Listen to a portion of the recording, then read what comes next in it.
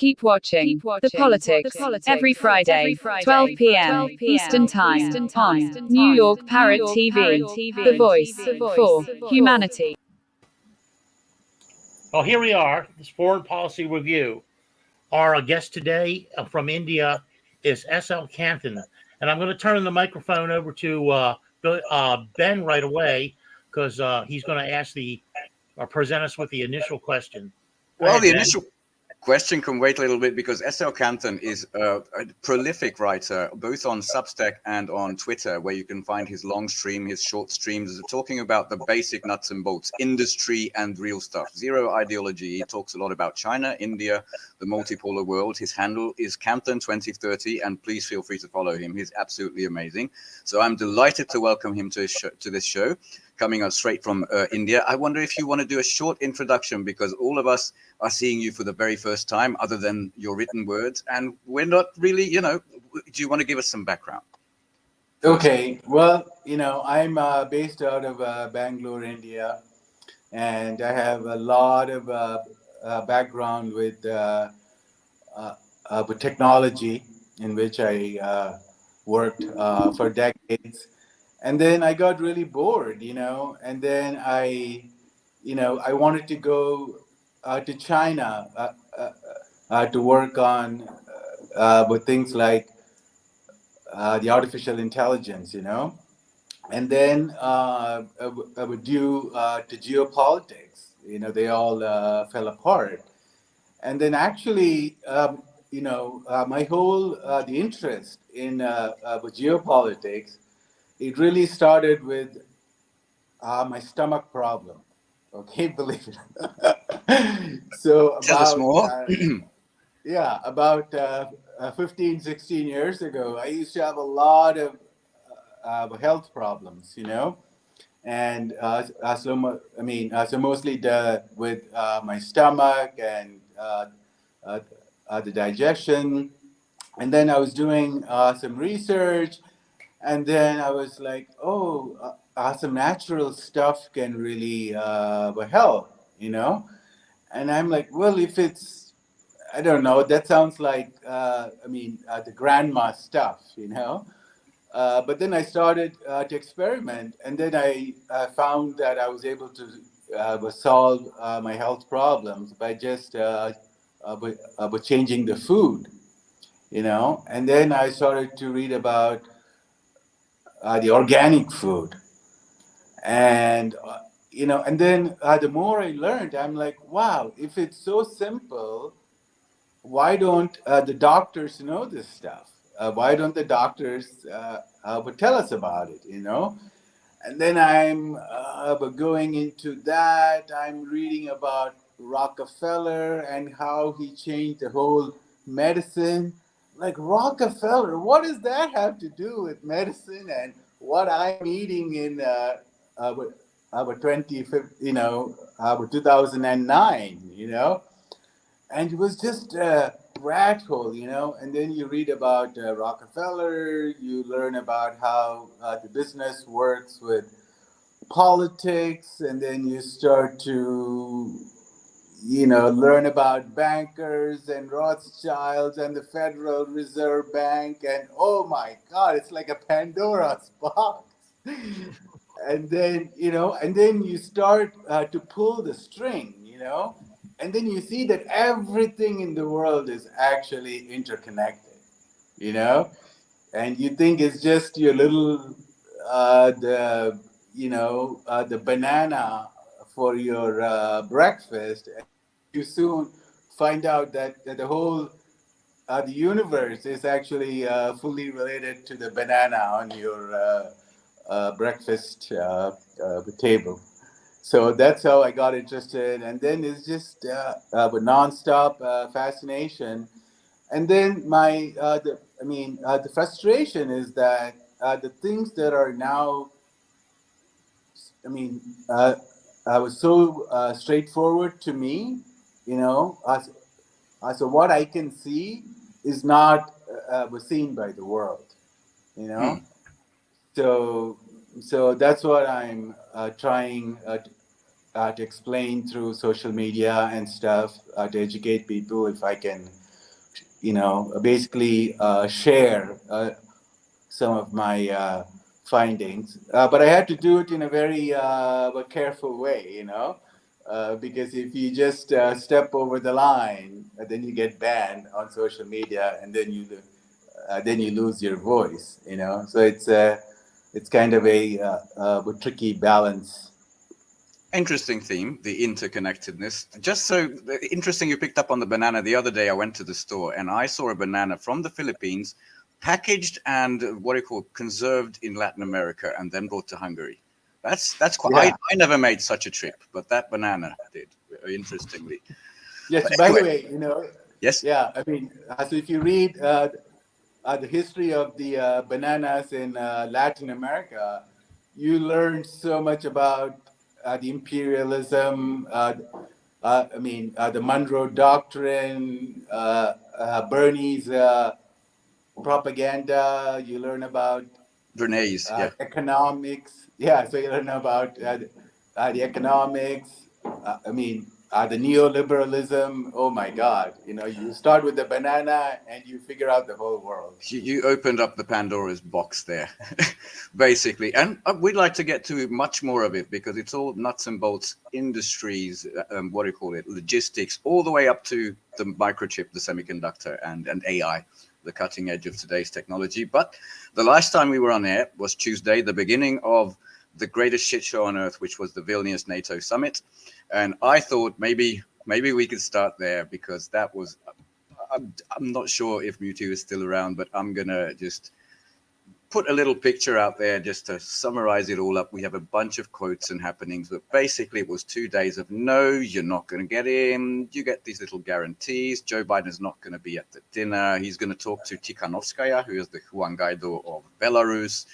And everybody seems to be, I don't know, just pissed and then happy. I thought maybe we begin with Vilnius. I mean, no, it's the flashpoint of everything that's going around the world. This rearrangement that we call multipolar versus hegemonic order. It started with the Russian intervention. I'm wondering if I could get your thoughts or any other thoughts on that.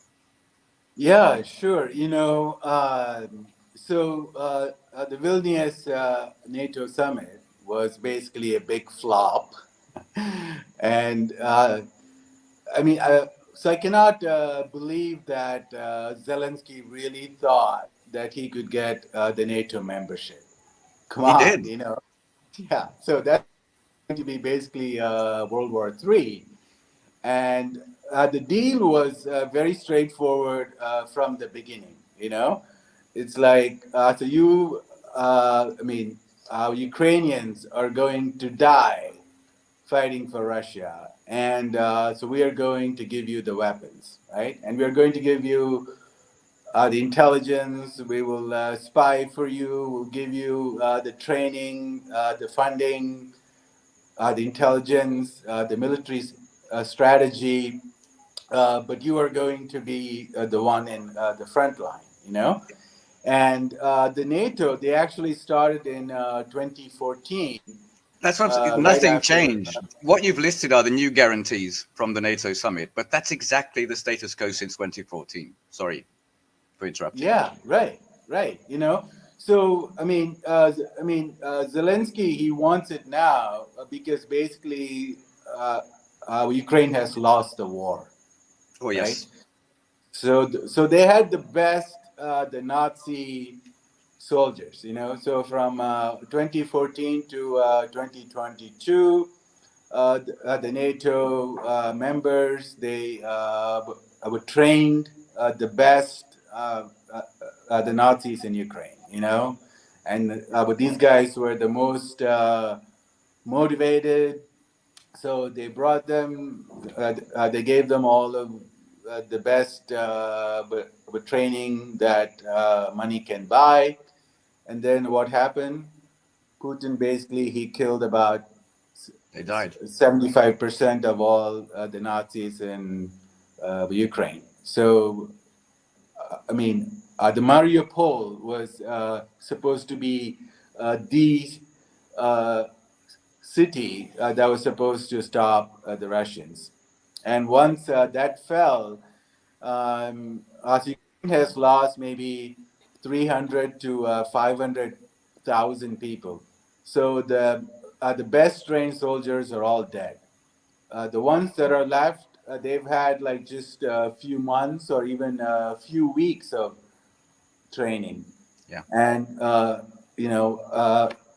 Bakhmut, the fortress Bakhmut was supposed to be the second place to stop the Russians, and that also failed. So what Russia is doing now is basically they have now consolidated the regions, in the Donbass, and they just will sit with all of the artillery, and they say, okay, so we don't have any plans to conquer the whole of Ukraine. So we're just going to sit here in the fortified places, and so you Ukrainians can come to meet us, and we will just bombard you to death. Yeah. So that's what is happening. And at some point, when at some point, Russia will say, okay, so we have now weakened Ukraine enough, and now we can move forward. Because I think their plan is going to go all the way up to Odessa, and then to get like maybe 4 or 5 more. East and south of the Dnieper River. That's pretty much Yeah. the classically Russian cities and region. Yes. Yes, and they have been very pro-Russian for decades, or for even, for centuries. And those regions will all will gladly accept becoming a part of Russia. And then, so whatever the remaining Ukraine will just be very small, like maybe 15 million people, and they will be landlocked, and they won't have any of the natural resources or the manufacturing capabilities, and they will just become a branch of BlackRock. Okay, and they They will all already be are. Yeah. and they will all be slaving away for BlackRock forever. Yeah, and It's, I mean, Monsanto. yeah, Yep, and Monsanto. and they'll and I think the Russians will go beyond Odessa and link up with Transnistria, and they Ukraine will have no access to Black Sea any longer, and that'll put Moldova and the Romanians also on notice. I think that's pretty much what's going to happen. I think you're right about all that. I Yeah, think so and it's, too. and it's the thing that I'm worried about is that if Russia wins, it'll be a big blow to NATO, to the US, and the globalists, And I'm not so sure if they're just going to sit back and let Russia win, Look, because if Russia solidifies their win, but think of all of the other countries in the world that are looking to the U.S. to save them. Like Japan, the Philippines, Vietnam, and even my country, India. They will all start Vietnam to was an have, odd addition, but yes. yeah. So they will all start to have second thoughts. They're like, hold on, you know. So this is not the superpower anymore, and if they can't even, because the Western propaganda is that Russia is very weak. They're so poor. They're all vodka drinking, fat people and Drunkards, no morale, badly drunkards. trained, no rockets. They're using shovels.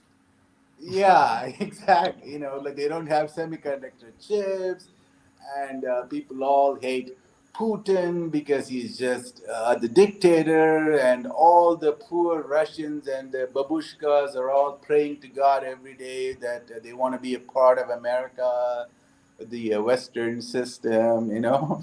And then we've heard that for 500 days straight. We have. yeah. So then, you know, then you can't afford to lose to a country like that, you know. So Question to you, Mr. yeah. Canton. Short of something insane like a nuclear strike, what sort of moves do they have? Basically, Joe Biden has admitted to the world we're out of the main stuff, which is the 155 millimeter artillery shells. That's why he sent the cluster munitions, which 3 countries you may be familiar with, which is Laos, Cambodia, and Vietnam. All of the leaders have came out to say, don't use it. We are still struggling with this after so many years. Absolutely horrible. There's the picture of Mr. Zelensky, give me money, just put out to dry as the backdrop to this. I'm wondering, what moves do they still bloody have other than this? This is still optics. I mean, it doesn't show quite the Vilnius logo, but it looked like a shattered plate, and that was pretty apt. And we've seen some amazing, what do you call them, threads of this Zelensky picture, the one where he's left out in the cold and he's just shrinking and shrinking and shrinking. Another one, somebody put a mop and a bucket in his hand, which was a perfect summary. But it was, the whole thing so far was losing a real war and winning a media war, right? And this is incredibly bad optics. What are they going to do? Shoot a documentary? What steps do you see they still have to actually counter that? Sorry, Russia has won and won very, very well. I mean, they've lost badly. I mean, it is. I mean, like the whole. The propaganda was so ridiculous, you know. Yes. So you have the fellas, you know, the stupid. We saw the summit. Yeah, the NATO summit before the Vilnius NATO summit. It was incredible. It's like, what? I mean, is this?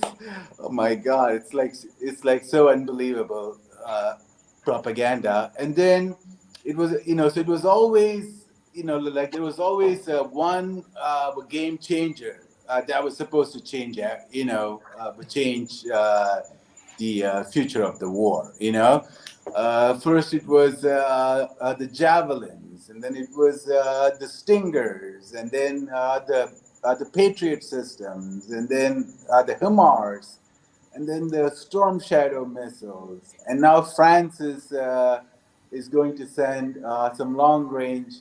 Their own version of it's called Scalp. It's the same as the Storm Shadow, which they've successfully captured and have taken back for study. The same with the Bradley tank, a Bradley armored personnel carrier, which was captured somewhere down the Zaporozhye region. So this is all great. Yeah. We have in the, what do you call it? Not the Rada, that's Ukraine. The Duma, the State Duma, the Russian Parliament is finally starting to debate putting all these, what do you call them, trophy vehicles in front of the embassies of the nations that supplied them. I said, yeah, finally, have some showmanship, have some of that Lavrov stuff. Because what we've lacked sorely on the Russian side is really engage in the PR, engage in the media crap. Yeah. Sorry for interrupting you. No, yeah. So, you know, and then you have, the cluster munitions, whose sole purpose is going to be, to bomb the schools and the hospitals and the malls in Donbass, you know. So when they cannot win the war properly, they're going to resort to basically what is with terrorism. And, so this is the problem with the group think, you know, like you put 10, 15 people together and they all, you know, and then you feel like, wow, it's really a perfect plan because but everybody nods and agrees, and then you make the worst decisions possible. And so but their plan was, okay, so we have the sanctions, you know, the shock and awe, and we will destroy the Russian economy. Will destroy the currency, their trade, and then maybe the billionaires in Russia will stage a coup, and the CIA can work with them, and we'll have some sort of the regime change, and then it'll be great, you know. So, but that didn't happen, you know. So they had these two plans, you know. So we'll come on, you know, we'll do the 1-2 punch, right? So the first is the economic punch, and then the military punch, and there's no way that we can lose. Now, this could have worked maybe a decade ago when China was not that big, you know. But now, China is like a $19 trillion economy, and they have a 360-degree manufacturing, where they can do everything from the toilet papers to semiconductor chips, and they can make sure that Russia is not going to fall. Because if you look at it from China's perspective, there is no way in hell that they're going to let Russia fall and be taken over, you know. And then you lose your whole the northern the neighbor, and then you have 6,000 Russian with nuclear weapons. They'll be pointed at Beijing and Shanghai. So there's no way that with Xi Jinping or with China is going to let Putin fall, you know. That's true. And By the way, yeah. Sorry to interrupt, but we actually were voicing this opinion to some, English-speaking people in Russia who think China should have helped more. And we think China helped plenty in the diplomatic area, in the, the economic area. But, you know, sometimes it's just something. But on that point, you know, Russia was supposed to be destroyed. The UN just today asked Putin to extend and reinstate the Black Sea deal in exchange for reconnection to the SWIFT system, which they don't care about anymore. They've isolated themselves from it. And when you speak of China, you know, it's not just the Vilnius summit in this world. China launched its first, methane powered, so very cheap powered a private company, a space rocket. Basically a delivery mechanism while the Vilnius summit was going on. And Xi Jinping announced that Putin's visit will be in October. An interesting little conundrum when you think about Erdogan, who did this whole dancing around East and West, and okay, Sweden can come into NATO, but it can only be ratified, this came out today as well, in October. Very interesting stuff that people are playing around with. But yeah, China's the manufacturer of the world. Russia came out of this conflict, I think, extremely successful financially. While they're waging a war, they have record surpluses. Okay, but there's other players in this world, like Turkey, like your India. I left that very open. I'm sorry about that. I just wanted to add. No. And I wanted to jump in. So it's interesting that Kanthan is, you know, in Bangalore, he mentioned, and, you know, it seems like he's got some positive opinions of China. So that just blows my mind, because you're from India. How can you like China? And then my other question is, how optimistic should we be about your current government, Mr. Modi? I mean, he seems like Erdogan, like a fence sitter, and he's going to do what's best for India. But my concern is, I mean, in his perspective, what's best for India. My concern is that he's going to, end up throwing his lot all in with the West, and that's of course what the West is hoping to see happen. What are your thoughts about the ability of the West to entice Modi to, throw Russia and China under the bus and go all in with the West? Is that a likelihood, or is that not going to happen? Yeah, it's a big dilemma for India because they don't. Okay, so from the practical point of view, if you look at India's military, about 75% of the hardware are from Russia. Okay, 75%. So we have to be close to Russia. There's no way that the military can function because Russia makes very good weapons at very low cost, and they're very non-interventionist. They sell you weapons, but they don't have strings. But they don't try to tell you. They don't try to dictate your foreign policy. They don't try to stage the color revolutions. They don't try to interfere. They're very businesslike, and they stay loyal. As Russia has been a loyal friend of India for decades, and it's very So, but sometimes I think that Russia should be a little bit more like the U.S. in terms of the media, but in terms of, I mean, I don't want to say the propaganda, but they have to do a better job at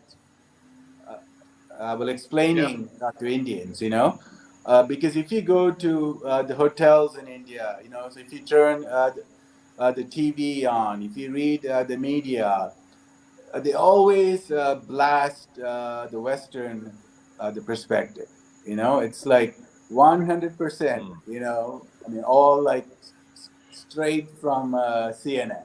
There's no such thing as strategic autonomy in terms of the media. So that's a problem. That's from the practical point of view that India has to stay at least somewhat close to Russia. The second point is they don't want to create a very strong Russia-China alliance. Yeah. Because On the other India, hand, there's China, and that's a whole different perspective from the Indian perspective, right? yeah. So I mean, it's so strange for me. I cannot figure it out. Why they have to fight over the border. It's How old are those border disputes? Going back to World War II, maybe? They're so old. going back to the the late 1950s. Oh, just after the war. Yeah, and it's actually, but thanks to the U.S., who tried to meddle in with Tibet. So then the Dalai Lama, he came to India, which sort of, and then both countries, they tried, and then in 1962, there was the first war, and it's so sad, because if you go back for 2,500 years, then both countries had very good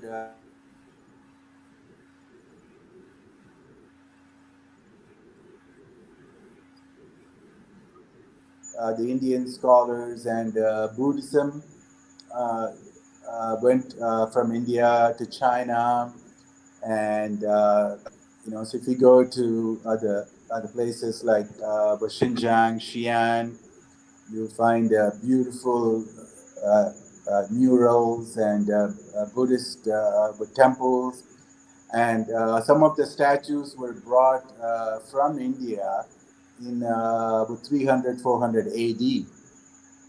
Wow. So they had very good relations, and now, thanks to the British drawing the borders and the U.S. intervention, but things have been bad. And then, like even if you go back until like say 2019, just 4 years ago, so Modi and Xi Jinping were like the best buddies. I remember that. Yeah, that seems to have changed drastically. Yeah, it looked like they were getting along just fine. Yeah, What happened? Well, so the sad fact is that India has been taken over by the U.S. Oh no! Okay. So and they planned it very well, So I think the U.S. They knew like about 25, 30 years ago, but they knew that China is going to rise, and we need some balancing stuff. And it was very win-win from the U.S. point of view, you know. So they got all these smart guys from India to go to the U.S., you know, be a good doctor, be a good engineer, and make America great. And then in return, the U.S. basically took over the Indian economy, you know. So it's a very good deal, you know. So you just have to help the 1%, and you can take over the 99%. Yeah. We have to go to a hard break now, I think. See if the break comes up. Back with some more. We're ready for you, MUTIU. Well, let's continue then. Yeah, sometimes the producer doesn't.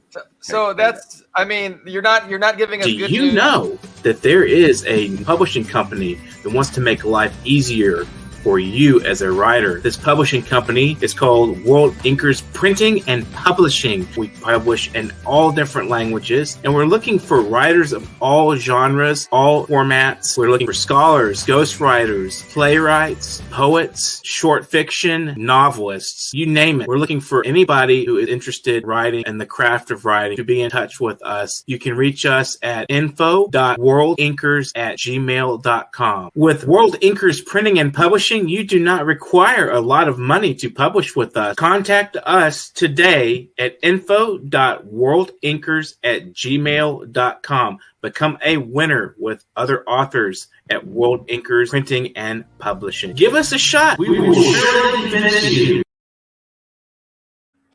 And we're back with our guest today, SL Cantham. And Billy Bob was in the midst of asking a question or positing a world Well, solution. I was just saying that Canton wasn't giving us good news about India, to hear that, you know, the U.S. has kind of consolidated control over the Indian economy, and they're leveraging that, you know, to get political concessions probably from the Indian government.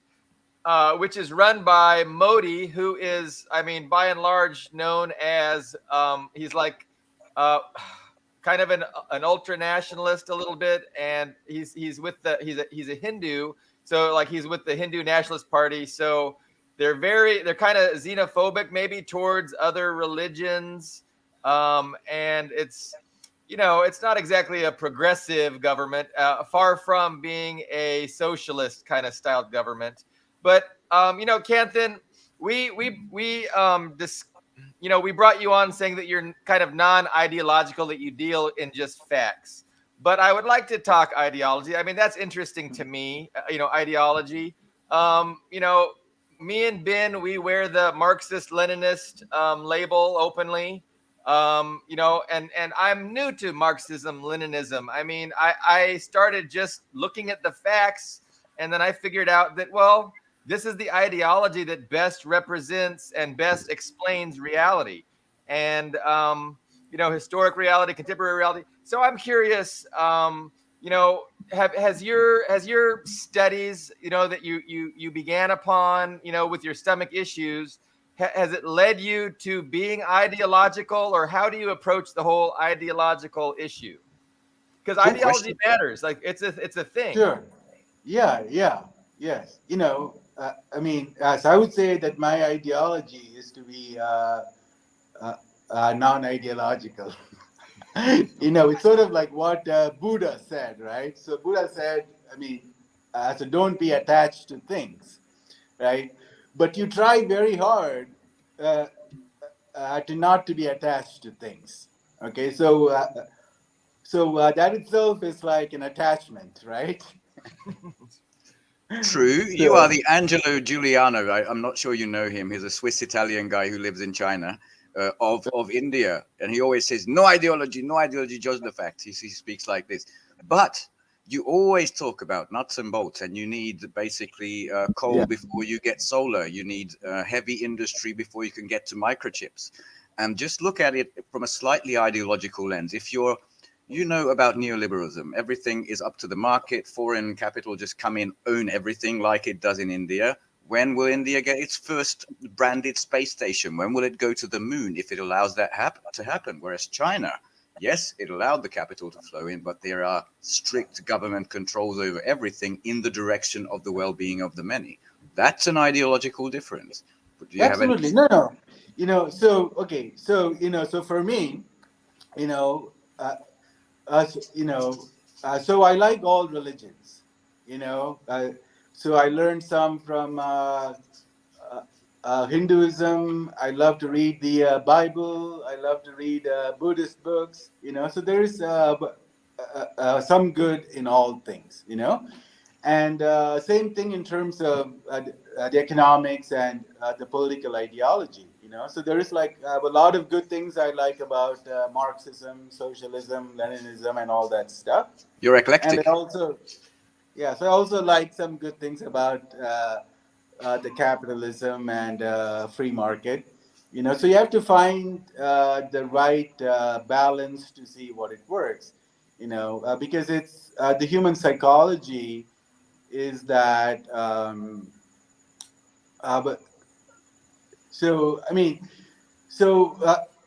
the problem I see is that because if you say that I am this, that I am a Republican, I am a Democrat, the problem is that the people and the crowd, they box you in. Yeah, that's true. Yeah, for sure. And we did put you on the spot a little bit. Sorry about that. But yes, continue. No, it's okay. It's okay. I always say I'm a communist, but there's 10 people who label themselves communist out there who I just don't agree with at all. So I know what you mean. Right. And the 10 other people that think that communism is something completely different than what you think it is. Yeah, I mean, Republicans think communism is what the Democrats do, which can refer to, That's PR. Yeah. They wouldn't know a real communist from, anybody. Yeah. I would say that I think that Canthan, so I would define Marxism as the pragmatic pursuit of the best interest of the vast majority. And so I don't think that anything you've said is contradicted by Marx. And I think Leninism is putting into practice. It's the putting into practice the ideology of Marxism. And so in that way, like, you sound like a Marxist-Leninist, and that's cool if you're not ready to embrace that label. But just hearing you, and again, my definition is very open and wide, and there's certain Marxist-Leninists who would disagree. There's certain people that say I'm a Marxist, but that's not what Marxism is. But to me, it's a wide net. It's the pragmatic pursuit of the best interest of humanity. That's Marxism.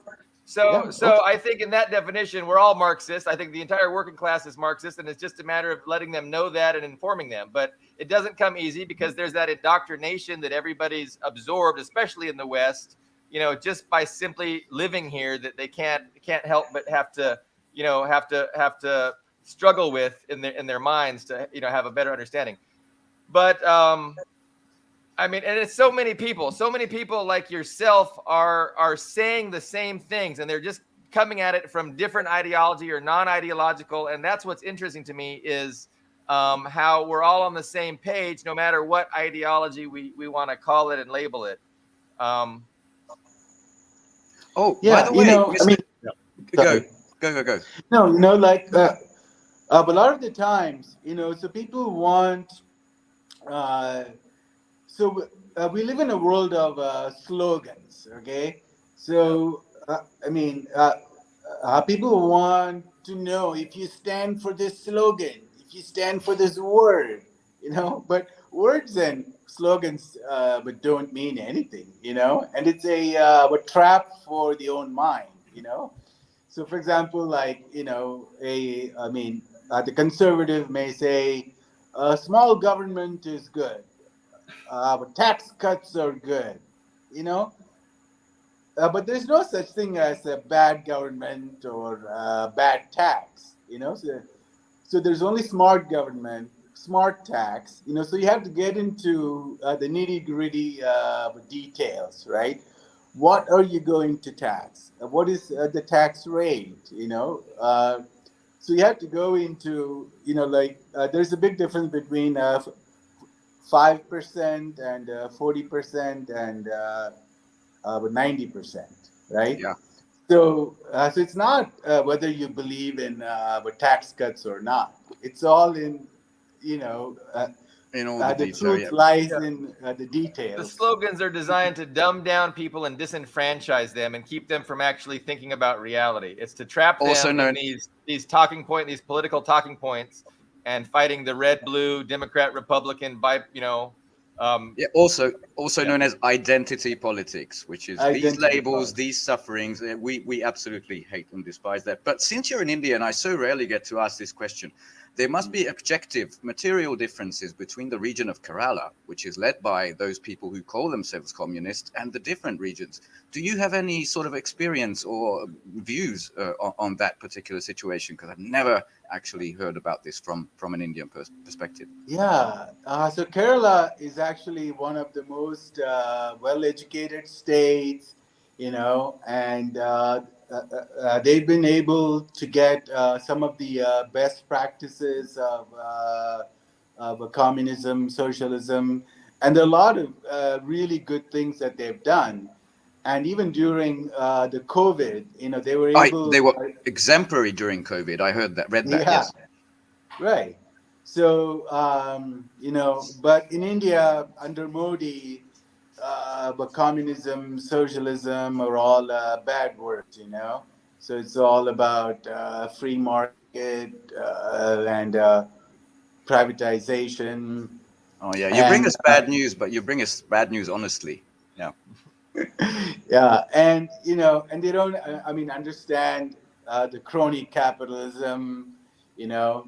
But sometimes it's like, you know, it's sort of like very similar to the U.S. in terms of the right wing, you know, very friendly to the corporate and the billionaires and the corporations, and but it's also very misguided, because if you want to have a true free market, you know, where it really will encourages a competition, then you should have very few billionaires. You should have a lot of millionaires, right? So rather than one guy who is in charge of solar industry, coal industry, but natural gas, banks, media, why do we need one oligarch to control so many things, right? And so you can have multiple small oligarchs successful, and then you will create more free enterprise and more of a competition and jobs.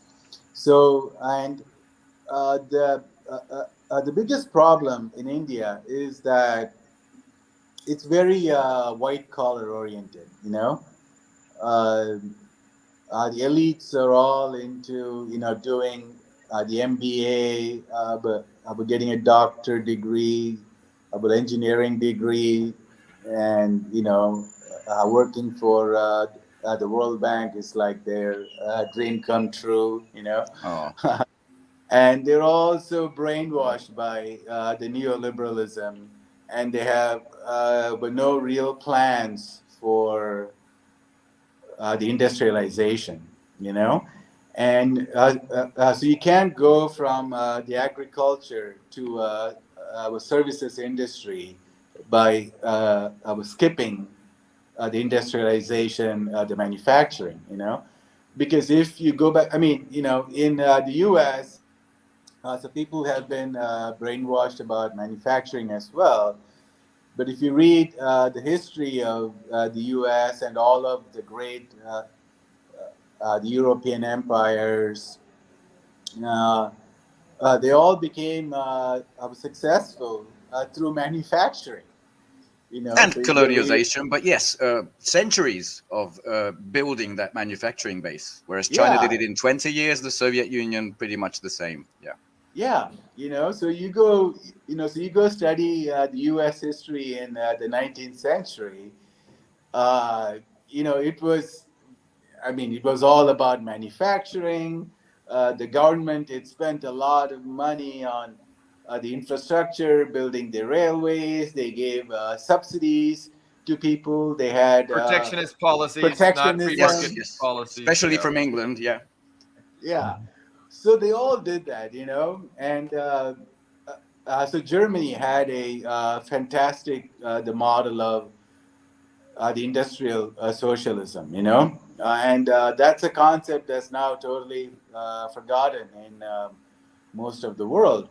But it was like a very, very smart idea that that's kind of a blend of socialism and capitalism, you know. So the government would work with the industrialists, you know, they would say, hey guys, what do you need to be successful?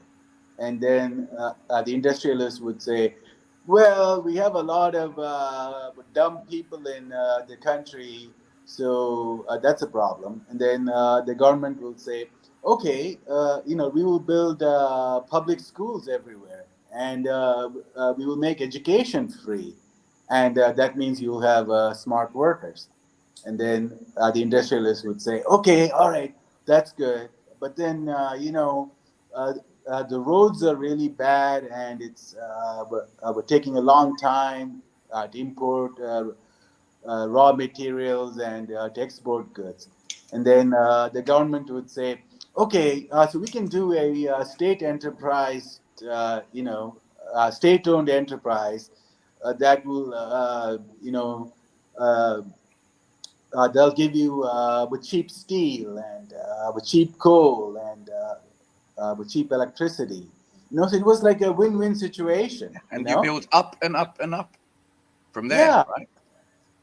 Mr. yeah. Canton, You I'm know, wondering if paying attention is still on screen. Callista made some good comments about the, well, West Asia or the Middle East, basically revolting against this Western World Bank oriented system that you spoke about. So is all of Africa under the Belt and Road Initiative. And, you know, most of Eurasia, except for that Western crust. Don't the white collar elite know that most of the world is in active revolt against not just the dollar, but these banking IMF World Bank oriented system?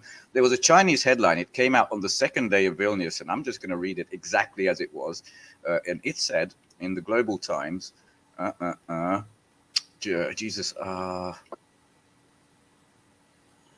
the US no longer capable of maintaining a mafia-style rules-based order. Now that's rare, even from the Global Times, which has become now very assertive. Do they think of the next 5 years, the next 10 years, like the Chinese obviously do? And by the way, you don't like labels, but I'm going to give you one, because at the beginning, instead of 1 or 2 billionaires, we need many millionaires. You are the Deng Xiaoping of India. I'm going to give you that label. The girl rich is glorious. Let me interject one other Yes. thing. Argentina, 100 Argentinian companies have now gained permission from the IMF to pay off loans in yuan because of the austerity programs that they've been living under from the U.S. for decades now, which has caused tremendous hardship and instability. But I just want to interject that. That's an important thing. I also wish we had time to discuss the artificial intelligence angle, because I think there's a lot of confusion out there in the media between strong AI and weak AI. And I think it's important to sort that out at some time. So I'm going to suggest right on air that Mr. Cantham come back. That's true. And we should discuss, because it doesn't help that Kamala Harris is put in charge of artificial intelligence. That's just not a good combination, you know. Well, she could be a robot, though. She could be. And then I wanted to ask Canton about the new British Prime Minister, who's the son of an Indian oligarch. And I wanted to ask him, you know, what's the relationship with the Indian oligarch, you know, with Modi, and how does that all tie into the big geopolitical push to decouple from China and perhaps use India as the as the destination for all the Western corporations that they're hoping to pull out of China. But there's so much there. And Too many questions we've shot at you. I'm sorry, Mr. Canton, but we still have 9 minutes. Comment on anything you'd like. Yes. Okay. Well, only 9 minutes. Okay. So I think, from a big point of view, I think that India is making a lot of mistakes, so they would talk about grand slogans like the world is a family, man, so but you can't even get along with Pakistan and China, and you're talking about the world being a family. Start with the neighbors, and they're really trying to skip manufacturing, which is a big mistake. Because I wrote a long article about manufacturing. I don't know if you guys saw that. I did. I read that one. It's fantastic. Yeah, so it takes like 40, 50 things to be successful, and there's only one group in the world, that thinks in like huge bullet points, okay, and that's China. So if you read Xi Jinping's thoughts, and they have a chart with with 200 bullet points. That chart is a summary of a 200-page book. That's just the program of Xi Jinping. Yeah. Yeah. So they think logically, step by step, breaking down into what it takes to be, successful. And in the rest of the world, people live in slogans. So you ask an Indian, why is China successful? And they will repeat the same propaganda talking points from the U.S. Oh, it's all slave labor. All the Chinese work 75 hours. Stealing IP. And they stole the IP. Aren't they going to collapse any day now for the last 15 years, according to Gordon Chang, Uncle Chang, who's off his pills?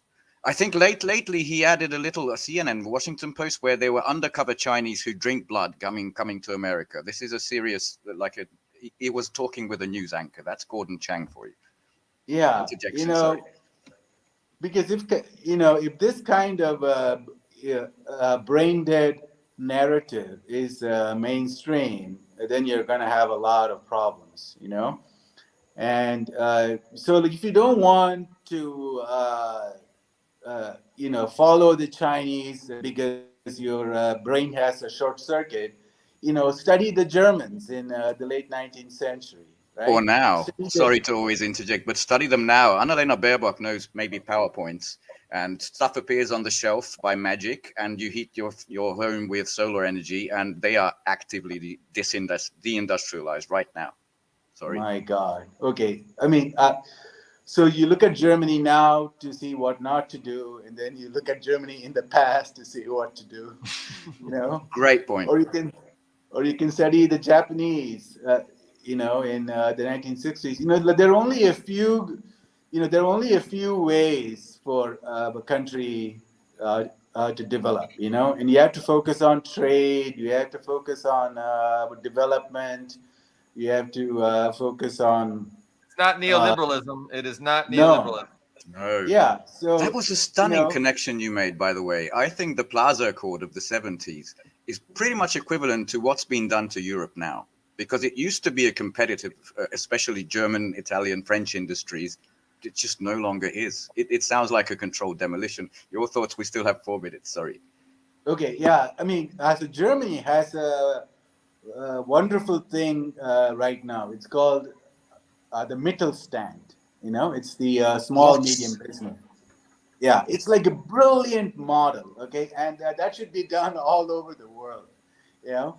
But for that to be successful, the Germans need peace. Okay, and they need a lot of cheap electricity, oil, and gas. So if Germans are smart, they will make peace with Russia. They will. I don't know if they can. Okay, so they cannot really get out of NATO, but they will have a brand new mission, and they need to stop where they're going right now because they are on this, suicide mission, and they can make Germany great by stopping what they're doing right now. Repair Nord Stream would be a good start. Yeah, exactly. Why are you going to be friends with a guy who just blew up your, at a major? Yeah, no, they're captured. They're captured. Yeah.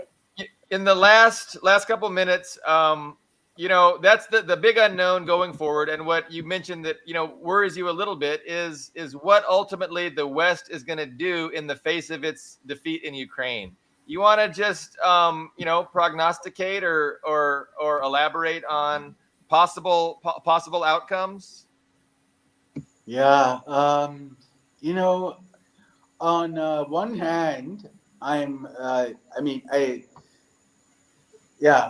so I think that you cannot, stop the multipolar world. I think that's going to happen, So nothing is certain, but if I were to put a thing, I would say about 90% chance that the multipolar world is going to emerge.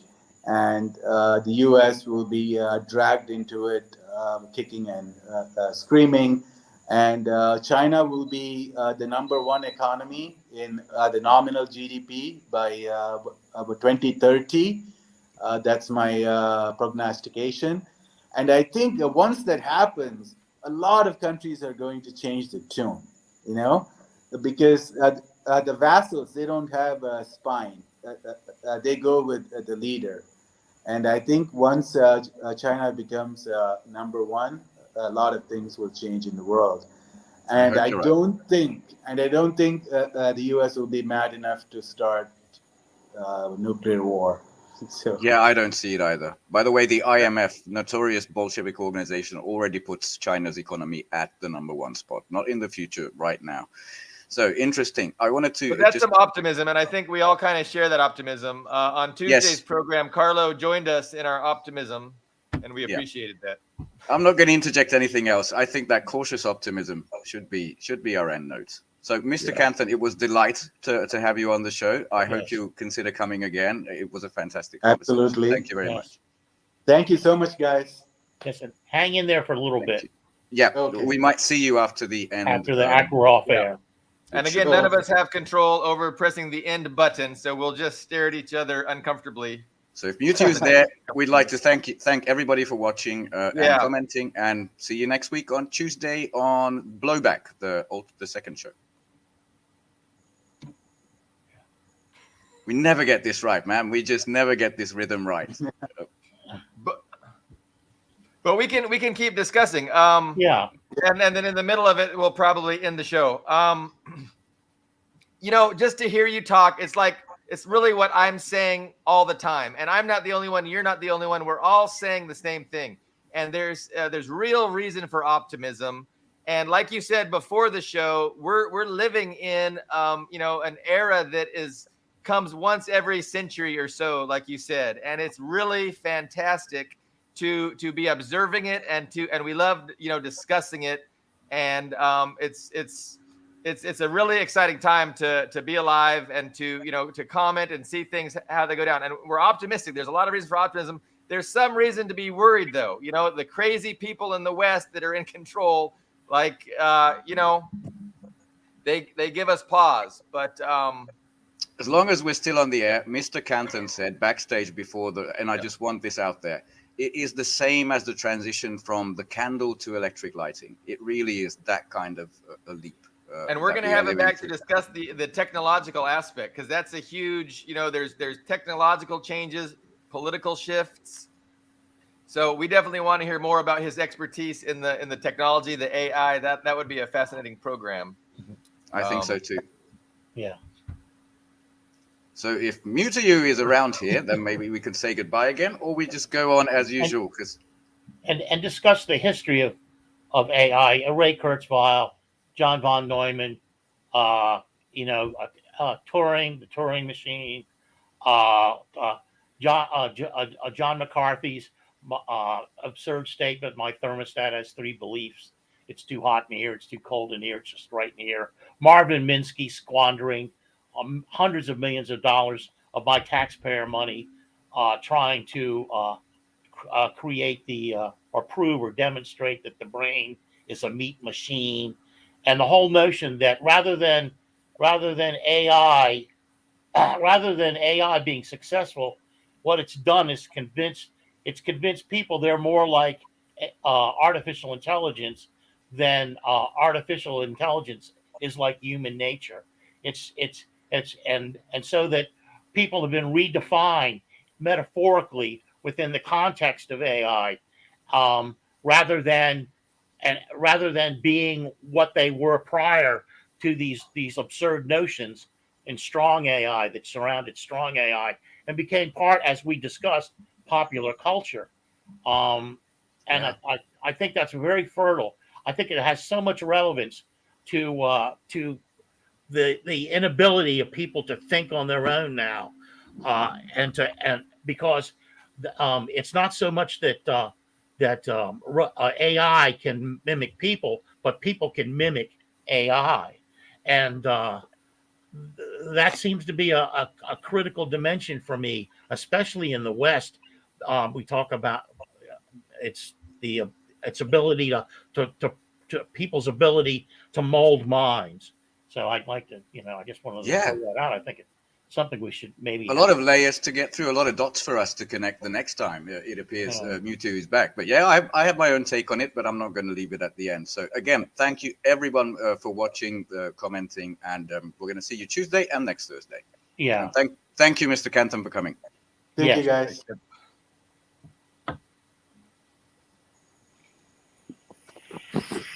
Well, he wrote in the damn chat.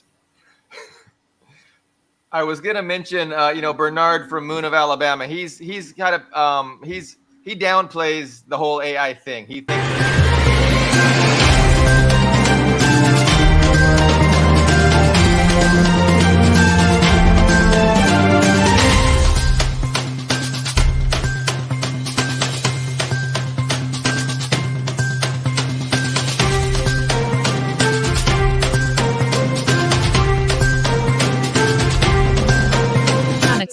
Keep watching The Politics every Friday. In a world where the quality of information available to poorer communities is doctored, tainted. Do you wish your business makes it to the top list of the most searched for business in the US and around the world? Or are you searching for halal compliant services and products online? Then Halal Finder is your online resource directory pointing you to the right places and products. Let's help you explore halal products and services of your choice as we manage many halal businesses across the world. Promote your business with halalfinder.com, the only plug you need to grow. Our services include business listing, digital marketing, branding strategy, SEO campaigns, crowdfunding, and humanitarian support. On our Compassion Corner, we offer crowdfunding of halal ventures and humanitarian services. In this section, you can make or receive donations, start donation campaign, and check existing donation campaigns. And by paying zakat and sadaqah to our Compassion platform on halalfinder.com, you have supported the poor, widows or widowers, orphans, and the likes around the world. Contact us at info@halalfinder.com or call +1 718. Undoubtedly, Africa is the best tourism destination on Earth. The continent is blessed with the most conducive atmosphere. To feel and enjoy these blessings, join the most productive one-week tour of the continent organized by Daylight Africa every September 2nd to September 9th to see beyond the fallacies about Africa on the mainstream media. Contact us at daylightafrica@gmail.com or call 718-822-5555. Daylight Africa. Revolutionizing tourism industries in Africa. Hi, I am Dustin Pickering from Parrot Literary Corner. You know me, your noble and honest host, and I've got exciting news for you. Last anthology, Series 1, The Literary Parrot, did such a great job. We want to continue to provide this community service to our viewers and to our contributors to the program. So please get up and get a copy immediately. You know, if you're in this book, you want to get a copy. If you're not in the book, you want to get a copy and see what we're doing. You want to be excited with us. We want you on this program, and we hope to see you sometime soon on The Literary Parrot. You have to get your hands on this copy. It's amazing. It's an absolutely beautiful anthology meant just for you. Our past guests have been invited back to contribute yet again to this series 2. We do this quarterly anthology. We will be doing this after our 200 episode milestone.